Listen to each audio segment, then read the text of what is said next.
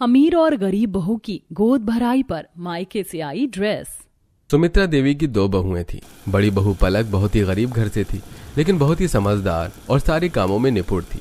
तो वहीं छोटी बहू श्रुति जो बहुत ही अमीर घर से थी और हर काम से जी चुराया करती थी।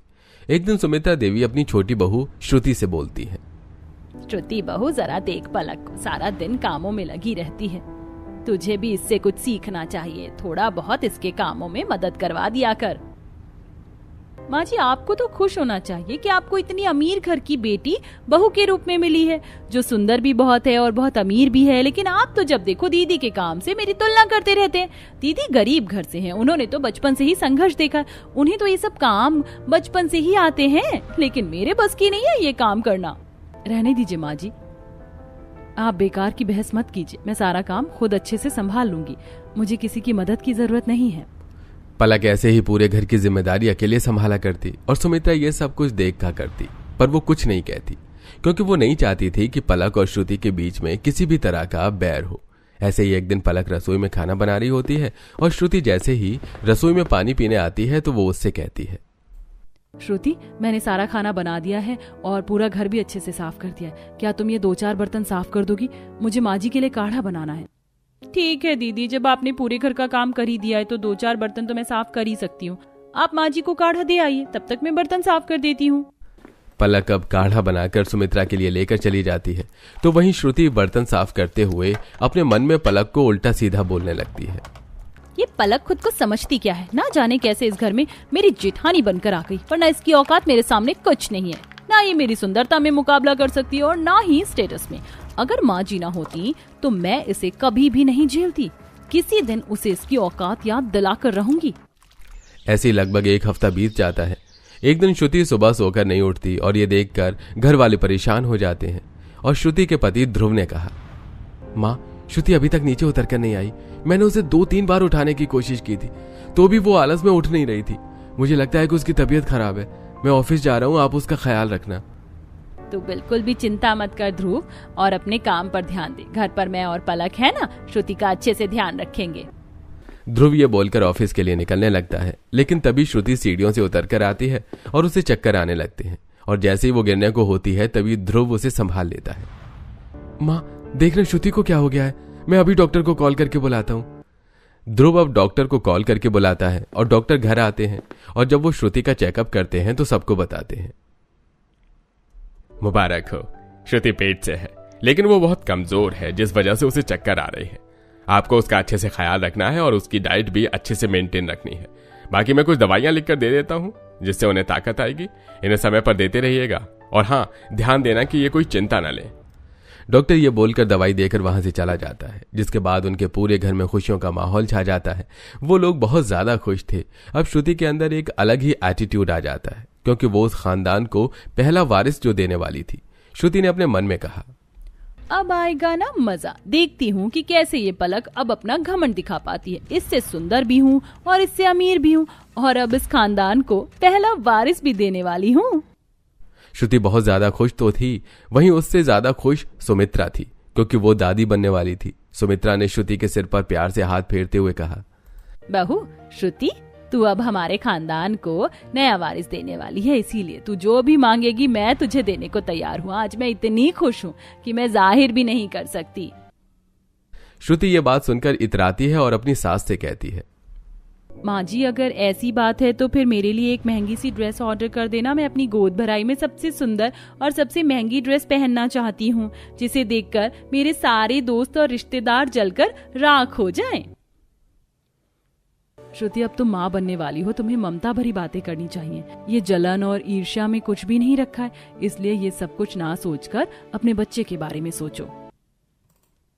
भाभी, आप तो मुझे ये बात बिल्कुल भी ना बोले। जिनकी गोद अब तक सूनी है वो मुझे बताएंगी कि मुझे क्या करना चाहिए और क्या नहीं। खैर माँ जी, आप बताइए, आप देंगी ना मुझे महंगी ड्रेस? बहू, तू मुझे जो भी बोलेगी मैं तुझे देने को तैयार हूँ, लेकिन हमारे घर का एक रिवाज होता है, बहू गोद भराई पर मायके से आई हुई ड्रेस पहनती है। पहले ही तो श्रुति इस बात को सुनकर चुप हो जाती है और उसके बाद कहती है, बस इतनी सी बात माँ जी, फिर तो बहुत अच्छी बात है। आप तो जानती हैं कि मेरे पापा कितने अमीर हैं। वो तो मेरे लिए लाखों करोड़ों की ड्रेस लाने को भी तैयार हो जाएंगे। अच्छा हुआ कि भाभी आप भी बांझ हैं, क्योंकि उनकी माँ तो वैसे भी बहुत गरीब हैं और मजदूरी करके अपना घर चलाती हैं। अगर भाभी गर्भवती होती तो उनकी माँ महंगी ड्रेस कहाँ ला पाती? अपना कोई पुराना कपड़ा उठाकर ले आती या कोई सेकेंड हैंड साड़ी। श्रुति की बात सुनकर पलक की आंखों में आंसू भर आते हैं और सुमित्रा भी देख लेती है। सुमित्रा ने पलक को संभालते हुए कहा, अरे श्रुति को तो मजाक करने की आदत है पलक, उसकी बातों को दिल से मत लगा। अब हम दोनों को ही मिलकर श्रुति का बहुत अच्छे से ध्यान रखना है, क्योंकि एक नन्हा सा मेहमान जो आने वाला है अब इस घर में। हाँ माँ जी, भले ही मैं माँ नहीं बन पाई तो क्या हो गया, लेकिन मैं बड़ी माँ तो बन जाऊंगी। आप देखना, मैं उसका बहुत अच्छे से ध्यान रखूंगी। श्रुति ने यह बात सुनने के बाद अपने मन में कहा, अच्छी से ध्यान रखूंगी मैं अपने बच्चों का, तेरे करीब भी नहीं आने दूंगी, बांझ कहीं की। अगर मेरे बच्चे को तूने नजर लगा दी तो। अब पलक अपने कमरे में जाती है, लेकिन श्रुति की बातें उसके दिल में तीर की तरह चुभ रही थी। पलक ने रोते हुए खुद से कहा, आखिर भगवान आपने मेरे साथ इतना अन्याय क्यों किया है?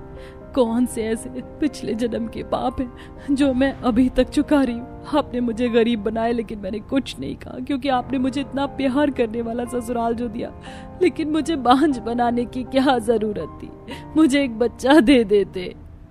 पलक ऐसे ही बिलख बिलख कर रोते हुए अपने दिन काट रही थी। अब श्रुति कोई भी काम नहीं किया करती, न ही वो ज्यादा नीचे आती, बस सारा दिन फोन चलाती और अपने कमरे में पड़ी रहा करती। पलक को ऐसे ही सारा घर का काम संभालना पड़ता, लेकिन पलक फिर भी कोई शिकायत नहीं करती। श्रुति अब सारा दिन शॉर्ट ड्रेस या मैक्सी में रहा करती। एक दिन सुमित्रा ने उससे कहा, श्रुति बहू, तुझे इस तरह के कपड़े नहीं पहनने चाहिए। तू शॉर्ट ड्रेस पहनती है तो तेरा पेट उभर कर दिखेगा। अभी तो तेरा पेट फिर भी अंदर है, लेकिन आगे जाकर लोगों की नजर पड़ती है। माँ जी, आप कैसी बातें कर रही हैं? आजकल तो लोग शॉर्ट ड्रेस पहनकर फोटोशूट करवाती हैं प्रेगनेंसी में, और आप मुझे शॉर्ट ड्रेस पहनने के लिए मना कर रही हैं। और अभी मुझे सिर्फ महीना लगा है, मैं ये सब कुछ पहन सकती हूँ। जब पेट बाहर आने लगेगा तब की तब देखेंगे। श्रुति की इस बात को सुनकर सुमित्रा उसे कुछ भी नहीं कहती, क्योंकि वो नहीं चाहती थी कि श्रुति परेशान हो। जहाँ पलक सारे घर का काम किया करती, वहीं श्रुति बस आराम करती। लेकिन तब भी श्रुति को बिल्कुल भी चैन नहीं था। एक दिन उसने अपने मन में कहा, इस बांझ के घर वालों ने तो इसे कभी कुछ भी नहीं दिया, और अगर ये माँ बनती तो इसके घर वालों को इसकी गोद भराई पर इसे ड्रेस देनी पड़ती। पर अब वो भी इसे नहीं देनी पड़ेगी, क्योंकि इसके तो कभी बच्चा होगा ही नहीं। लेकिन मेरे घर वाले मेरे लिए लाखों की ड्रेस लेकर आएंगे। कम से कम वो पैसे तो मुझे उसे परेशान करके वसूलने चाहिए। श्रुति ये बोलकर अब पलक से दूध लाने के लिए कहती है। जैसी पलक दूध लेकर आती है तो श्रुति ने एक घूंट दूध पीकर कहा, भाभी, क्या लेकर आई हो आप? आपने तो इसमें चीनी भी नहीं डाली है। आपको इतना भी नहीं पता कि मैं बिना चीनी वाला दूध नहीं पीती हूँ? श्रुति, माफ करना, आज मेरी तबीयत कुछ ठीक नहीं लग रही है। शायद मैं इसमें चीनी डालना भूल गई होंगी। मैं दोबारा से चीनी डाल लाती हूँ। अब दोबारा जाओगी चीनी डालकर लाओगी, ताकि तब तक ये दूध ठंडा हो जाए? इसे गर्म भी करके लाना। अब पलक जाती है और दोबारा श्रुति के लिए चीनी डालकर दूध गर्म करके लाती है और उसे दे देती है। लेकिन तभी श्रुति ने एक घूंट दूध पीकर कहा, हे राम, तुम मेरा मुंह जलाकर मुझे बीमार करना चाहती हो क्या? कितना गरम दूध लेकर आई हो। इतना गरम दूध पीकर तो मेरे बच्चे को भी तकलीफ होगी। श्रुति इसी तरह नाटक करने लगती है और अपने सास ससुर को आवाज लगाकर बुलाती है। लेकिन जैसे ही सुमित्रा और उसका पति आता है, तब तक पलक चक्कर खाकर गिर जाती है और सुमित्रा ने कहा, ये सब क्या कर रही हो बहू तुम पलक बहू के साथ? पलक तुम्हें सराखों पर रखती है और तुम्हारा पूरा ध्यान रखती है, और तुम सिर्फ बेड पर बैठे बैठे उस पर चिल्लाती रहती हो। देखो, बेचारी को चक्कर आ गए। अरे सुमित्रा, अब तुम श्रुति से क्यों लड़ाई कर रही हो? सबसे पहले बहू को बेड पर लेटा दो और मैं डॉक्टर को कॉल कर देता हूँ। अब ऐसा ही होता है। सुमित्रा का पति डॉक्टर को कॉल कर देता है। उसके बाद डॉक्टर जाकर पलक का चेकअप करता है और बताता है, बहुत बहुत बधाई हो सुमित्रा जी। अब आपके घर में एक नन्हा मेहमान नहीं, 2 नन्हे मेहमान आने वाले हैं। लगता है भगवान आप पर कुछ ज्यादा ही मेहरबान है। आपकी बड़ी बहू भी गर्भवती है। सुमित्रा ये बात सुनकर खुश हो जाती है और भगवान का धन्यवाद करते हुए कहती है, भगवान तेरा लाख लाख शुक्र है कि मेरी बड़ी बहू भी गर्भवती हो गई। उसके सर से बांझ होने का कलंक हट गया। मैं जितना अपनी छोटी बहू की गर्भवती होने से खुश हूँ, उससे ज्यादा अपनी गरीब बड़ी बहू के गर्भवती होने से खुश हूँ। वहीं दूसरी तरफ श्रुति जैसे ये बात सुनती है तो उसके सिर पर दुखों के बादल मंडराने लगते हैं। ना जाने कौन सा चांदी का चम्मच लेकर पैदा हुई थी गरीब जेठानी। अब ये भी प्रेग्नेंट है। मेरी इतनी इज्जत हो रही थी इस घर में, अब वो सब मिट्टी में मिल जाएगी। कोई बात नहीं, अब देखती हूँ ना इसकी गरीब मजदूर माँ इसकी गोद भराई के लिए महंगी ड्रेस कैसे लेकर आएगी। अपनी बेबी की गोद भराई वाले दिन इसे इतना जलील करूंगी कि ये किसी को मुंह दिखाने के लायक नहीं रहेगी। ऐसे ही दिन गुजरते हैं। सुमित्रा अपनी दोनों बहू के साथ बैठी हुई होती है और दोनों बहू से कहती है, बहू अब तुम दोनों का चौथा महीना लग गया और कुछ ही महीनों के बाद तुम्हारी गोद भराई करनी है। अब तुम्हें ज्यादा काम करने की जरूरत नहीं है, मैं घर में नौकर रख लूंगी। अब तुम लोगों को बस परेशान नहीं होना है। पर माँ जी, मैं तो ये सोचकर परेशान हूँ कि मेरे पिताजी तो लाखों की ड्रेस मेरी गोद भराई के लिए ले आएंगे, लेकिन मेरी जेठानी इतनी गरीब हैं और उनकी माँ तो और भी गरीब हैं, तो वो जेठानी जी के लिए गोद भराई की ड्रेस कैसे लेकर आ पाएंगी। ये बात सुनकर पलक भी अपने नजरें नीचे झुका लेती है, क्योंकि वो तो इस बारे में सोचना भूल ही गई थी। जेठानी जी, आपको इतना परेशान होने की जरूरत नहीं है। अगर आप कहें तो मैं अपने पिताजी से बोलकर आपके लिए भी गोद भराई की कोई सस्ती सी ड्रेस मंगवा दूं। वैसे भी मेरे पिताजी को गरीबों में कपड़े बांटने का कुछ ज्यादा ही शौक है, वो आए दिन चैरिटी करते रहते हैं। और आप तो मेरी जेठानी हैं, भले ही आप गरीब हैं तो क्या हुआ, वो आपके लिए इतना तो कर ही देंगे। देवरानी की बात सुनकर पलक की आंखों में आंसू आ जाते हैं। श्रुति, तुम्हें मेरी चिंता करने की बिल्कुल भी जरूरत नहीं है। एक माँ बहुत ताकतवर और सहनशीलता भरी होती है। भले ही मेरी माँ मजदूर है तो क्या हुआ, वो मेरे लिए खुद अपने पैसों से ड्रेस खरीद कर लाएंगी। भले ही वो जितने भी रुपए की हो, मुझे फर्क नहीं पड़ता, क्योंकि वो ड्रेस ममता से भरी हुई होगी। और मैं तुमसे वादा करती हूँ श्रुति, मेरी माँ एक ऐसी ड्रेस लेकर आएंगी जिसकी तुम खुद बहुत तारीफ करोगी। बहू, तूने एक बार फिर साबित कर दिया कि तू गरीब है तो क्या हुआ, तू बहुत गुणी और संस्कारी है और तुझ में सही और गलत की बहुत अच्छी समझ है। छोटी बहू अभी छोटी है, धीरे धीरे वो भी ये चीज समझ जाएगी। दोनों बहू के बीच में गोद भराई को लेकर एक ऐसी जंग शुरू हो गई थी जो न जाने कब खत्म होती। श्रुति अपनी सास के मुंह से अपनी जेठानी की तारीफ सुनकर चिढ़ जाती है और वहां से उठकर अपने कमरे में आ जाती है और खुद से कहती है, लगता है सासू माँ पागल हो गई है अपनी बड़ी बहू के प्यार में। कोई बात नहीं, अभी अपने पापा को बोलती हूँ कि मेरी गोद भराई के लिए ऐसी ड्रेस लेकर आएंगे जिसे सब देखते रह जाएंगे। श्रुति अपने पिताजी को कॉल करती है और सब कुछ बता देती है। पापा, चाहे कुछ भी हो जाए, आपको मुझे इतनी महंगी ड्रेस लाकर देनी है जिसे देखकर सभी रिश्तेदारों के साथ साथ मेरी जेठानी का भी मुंह बंद हो जाए और वो हैरान रह जाएं कि उसकी देवरानी के घर से इतनी महंगी गोद भराई की ड्रेस आई है। तू माँ बनने वाली है, तुझे इस तरह की बातें नहीं करनी चाहिए। वो जैसी है तेरी जेठानी है और तुझे हर चीज में उससे तुलना करने की जरूरत नहीं है। तू सुंदरता और स्टेटस दोनों में उससे अच्छी है। नहीं पापा, अगर आप मुझे प्यार करते हैं तो मुझे लाखों की ड्रेस लाकर देंगे मेरी गोद भराई पर। वैसे भी आप दुबई गए हुए हैं और वहाँ पर आपको जो भी सबसे एक्सपेंसिव ड्रेस मिलेगी आप मेरे लिए लेकर आएंगे, बस बात खत्म, वरना मैं आपसे कभी भी बात नहीं करूंगी। ठीक है, मैं तेरे लिए इतना कर दूंगा। तेरी जिद के लिए मैं कुछ भी करने को तैयार हूँ, लेकिन उम्मीद करता हूँ कि तुझे जल्दी ही अकल आ जाए। श्रुति अब कॉल कट कर देती है। ऐसे दिन गुजरते हैं। अब पलक भी अपनी गरीब माँ को कॉल करके कहती है, माँ, आप जानते हैं कि मैं गर्भवती हूँ और मेरे ससुराल में एक रिवाज है कि मायके से गोद भराई की ड्रेस आती है। मैं जानती हूँ कि आपके पास ज्यादा पैसे नहीं है, पर मैं आपको परेशान नहीं करना चाहती। मेरे पास कुछ पैसे जमा रखे हैं, अगर आप बोलें तो वो पैसे गोद भराई की ड्रेस के लिए भिजवा दूं। नहीं मेरी बच्ची, तुझे इतना परेशान होने की जरूरत नहीं है। मैं एक माँ हूँ और मैं मेहनत करके अपना गुजारा चलाती हूँ। जब मैंने मेहनत करके इतना पैसा कमा लिया कि तेरी शादी कर दी, तो तेरी गोद भराई के लिए भी ड्रेस का इंतजाम भी मैं कर दूंगी। तुझे सिर्फ अपने बच्चे का ध्यान रखना है। माँ, मैं बहुत खुश हूँ कि मुझे आप मिली। मेरे घर में और कोई नहीं है, बस आप हैं, लेकिन आप ही मेरे लिए बहुत हैं। आप मेरा संपूर्ण संसार है माँ। पलक ये बोलकर कॉल कट कर देती है। तभी उसके कमरे में सुमित्रा आती है और कहती है, मैं जानती हूँ पलक बहू कि छोटी बहू हमेशा तुझे नीचा दिखाने की कोशिश में लगी रहती है। मैं तुझे बस एक छोटी सी बात कहना चाहती हूँ। मैं जानती हूँ कि तेरी माँ के पास ज्यादा पैसे नहीं है। अगर तुझे कोई ऐतराज ना हो तो मैं तुझे कुछ पैसे दे देती हूँ, वो तू अपनी माँ को दे दे ताकि वो तेरी गोद भराई के लिए अच्छी सी ड्रेस खरीद कर ले आए और छोटी बहू तेरा अपमान ना कर पाए। पलक ये सुनती है तो उसकी आंखों में आंसू आ जाते हैं और वो कहती है, माँ जी, आपको बिल्कुल भी चिंता करने की जरूरत नहीं है। पैसे तो मेरे पास भी थे, मैंने भी माँ को देने के लिए कहा, लेकिन उन्होंने साफ मना कर दिया। मुझे मेरी माँ पर पूरा विश्वास है, वो खुद ही पैसों का इंतजाम कर लेंगी और कोई भी परेशानी नहीं होगी। वो मेरे लिए जो भी ड्रेस लाएंगी वो लाखों करोड़ों की ड्रेस से भी ज्यादा कीमती होगी मेरे लिए। लेकिन मुझे इस बात की भी खुशी है कि मुझे इतना प्यार करने वाली सास मिली। पलक ये बोलती और सुमित्रा उसे गले से लगा लेती है। ऐसे ही कुछ दिन गुजरते हैं और वहीं कौशल्या भी पलक की गोद भराई के लिए ड्रेस की तैयारी कर रही थी।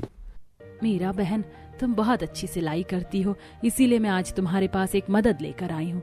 मेरे पास ये कुछ पैसे हैं जो मैंने अपनी बेटी की गोद भराई के लिए जोड़े थे। तुम ये ले लो, और ये मेरी शादी का लहंगा है, तो मुझे क्या मेरी बेटी की गोद भराई के लिए कोई अच्छी सी ड्रेस बना सकती हो? मीरा ने उस ड्रेस को खोलकर देखा और उसके बाद कहने लगी, कौशल्या बहन, ये ड्रेस तो अभी भी बहुत अच्छे हाल में है। हम इसके ब्लाउज और लहंगे को आपस में सिल देंगे और उसके बाद कुछ सीपी सितारे और लेस लगाकर एक प्यारा सा गाउन बना देंगे। तुम मेरा विश्वास करो, पलक भी मेरी बेटी जैसी है, वो हमारे मोहल्ले में ही पली बड़ी है। मैं उसके लिए ऐसा गोद भराई का गाउन तैयार करूंगी कि सब देखते रह जाएंगे। कौशल्या अब ये बात सुनकर बेफिक्र हो जाती है और अपने जमा किए हुए पैसे मीरा को देकर वहां से चली जाती है। तो वहीं दूसरी तरफ श्रुति के पिताजी श्रुति की मां को कॉल करके कहते हैं, सुनो, मेरी मीटिंग अभी खत्म नहीं हुई है और मैं दुबई से वापस नहीं आ पाऊंगा, इसलिए तुम्हें ही श्रुति की गोद भराई में जाना होगा। और अभी मैं इतना टाइम नहीं निकाल पाया कि उसके लिए कोई ड्रेस ले आऊं, तो जो ड्रेस उसने पसंद करके मुझे ऑनलाइन फोटो भेजे थी वो मैं नहीं खरीद पाऊंगा। तुम उसके लिए कोई और ड्रेस लेकर पहुंच जाना। आप बिल्कुल भी चिंता मत कीजिए, मैं सब कुछ संभाल लूंगी। आप अपने काम पर ध्यान दीजिए। एक गोद भराई के लिए हम करोड़ का नुकसान नहीं कर सकते। ऐसे कुछ दिन गुजरते हैं और गोद भराई का दिन आता है। श्रुति की मम्मी उसके कमरे में जाती है और उसे गोद भराई की ड्रेस देती है। उसे देखकर श्रुति ने कहा, ये सब क्या है मम्मी?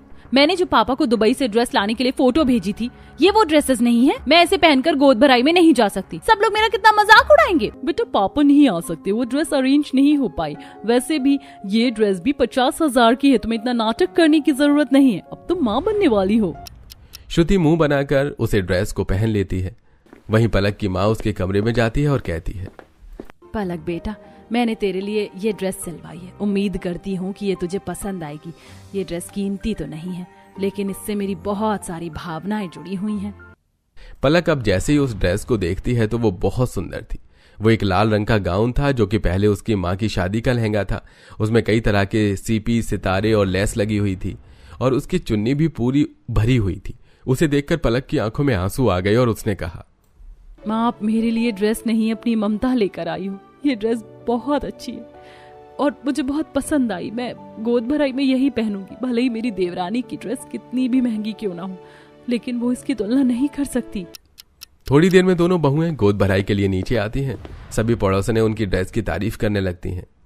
दोनों बहू की ड्रेस कितनी सुंदर लग रही है। पलक बहू की ड्रेस में ऐसा लगता है जैसे भावनाएं छुपी हैं, और श्रुति बहू की ड्रेस ऐसा लगता है जैसे किसी महंगे शोरूम से आई है। हाँ, सच में दोनों की ड्रेस कमाल की है। दोनों की ड्रेस अलग अलग तरीके से अनोखी है। मुझे तो दोनों की ड्रेस बहुत अच्छी लगी। जैसे ही श्रुति की नजर पलक की ड्रेस पर जाती है तो वो उसे बहुत अच्छी लगती है। श्रुति को एहसास होता है कि उसकी गरीब माँ ने कितनी मेहनत से उसकी ड्रेस को तैयार करवाया होगा। अब श्रुति खुद ही पलक के पास जाती है और आंखों में आंसू लिए कहती है, माफ करना भाभी, मैंने हमेशा आपसे अपनी तुलना करी और आपको नीचा दिखाने की कोशिश करती रही, लेकिन आज आपकी गोद भराई की ड्रेस देखकर मुझे एहसास हुआ कि ड्रेस में कुछ नहीं रखा, अमीरी गरीबी में कुछ नहीं रखा, बस अपनापन जरूरी होता है। मुझे खुशी है कि तुम्हें इस बात का एहसास हो गया श्रुति कि अपनेपन से बड़ी कोई भी दौलत नहीं होती है। इसके बाद दोनों देवरानी जेठानी साथ में गोद भराई के लिए बहुत सारी फोटोज क्लिक करवाती हैं, जिन्हें सोशल मीडिया पर सारे रिश्तेदार पोस्ट करते हैं और दोनों की गोद भराई की ड्रेस की बहुत ज्यादा तारीफ भी करते हैं। उस गोद भराई के फंक्शन में जहां उन्हें आशीर्वाद मिलता है, वहीं उन्हें एक सबक भी मिलता है कि रिश्ते से बड़ी कोई भी दौलत नहीं होती और वो खुशी खुशी एक दूसरे के साथ रहने लगती हैं।